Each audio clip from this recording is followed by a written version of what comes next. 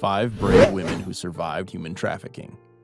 Human trafficking is a global phenomenon that exempts no nation. Being a victim of this modern slavery, especially women and girls who are forced and exploited as commercial sex workers, can be a harrowing experience.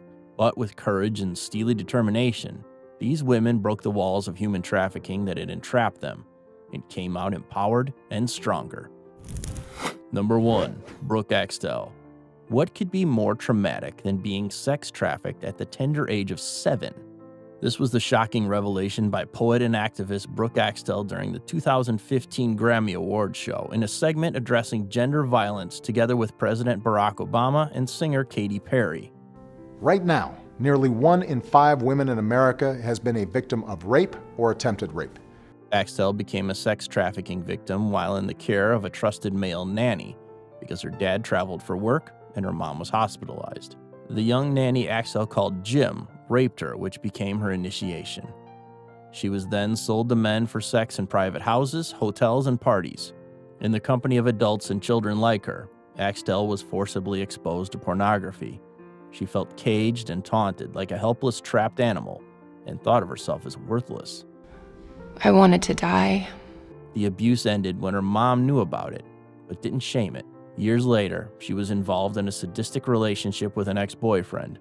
Axtell courageously survived these ordeals and used her worst experiences to become the best version of herself today, as an active advocate against human trafficking and domestic abuse. Number 2. Carla Jacinto. If there's a particular number that Mexican Carla Jacinto will never forget, it's 43,200.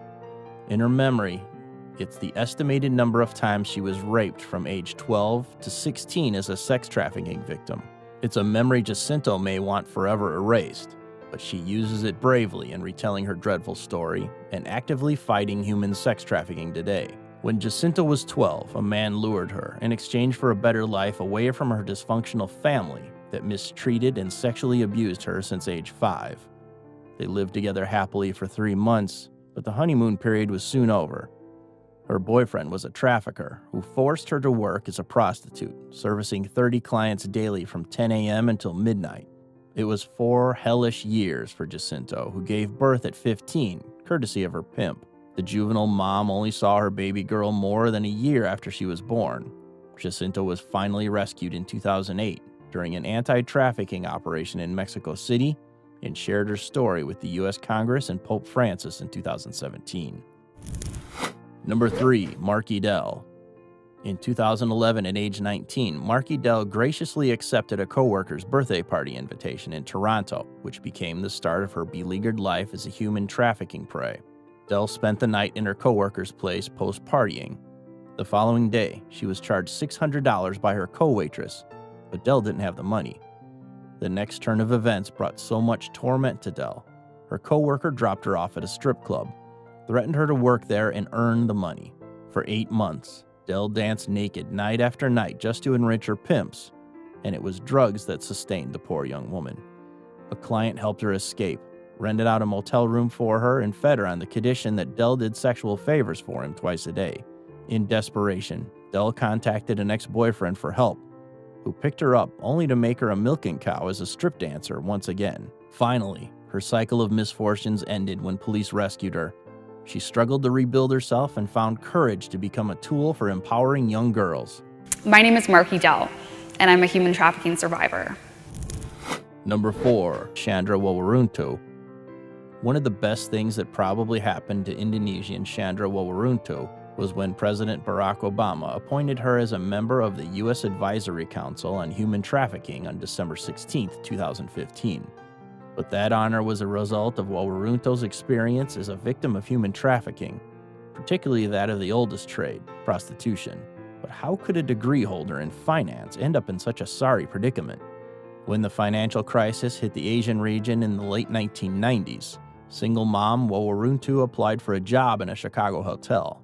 But to her horror, hours after she arrived in early June 2001 in New York, she was brought to a brothel in Queens and forced to have sex. That was the start of her tragic life as a sex worker. Nightly, she serviced various clients in different brothels, hotels, and casinos while drunk and drugged at gunpoint. She finally escaped, got help from the authorities, became instrumental in freeing the other girls in the brothel, and convicting the despicable traffickers. Number 5. Jessa Dillow Crisp. While most 10-year-old girls make happy memories with their family and friends, Canadian Jessa Dillow Crisp was grappling with fiendish realities beyond her age and comprehension. She was raped in front of cameras, molested, sexually abused, and trafficked by her own family. The familial trafficking involved selling her as a sex commodity to people and pimps in their neighborhood, and it got darker when she was sold to a circuit operating in America.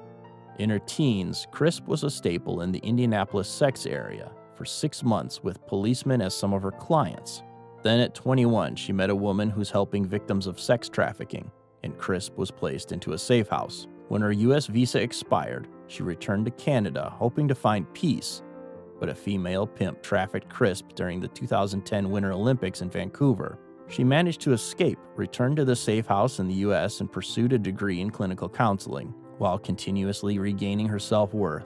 Crisp has been seriously involved in organizations that help sex trafficking victims find strength again.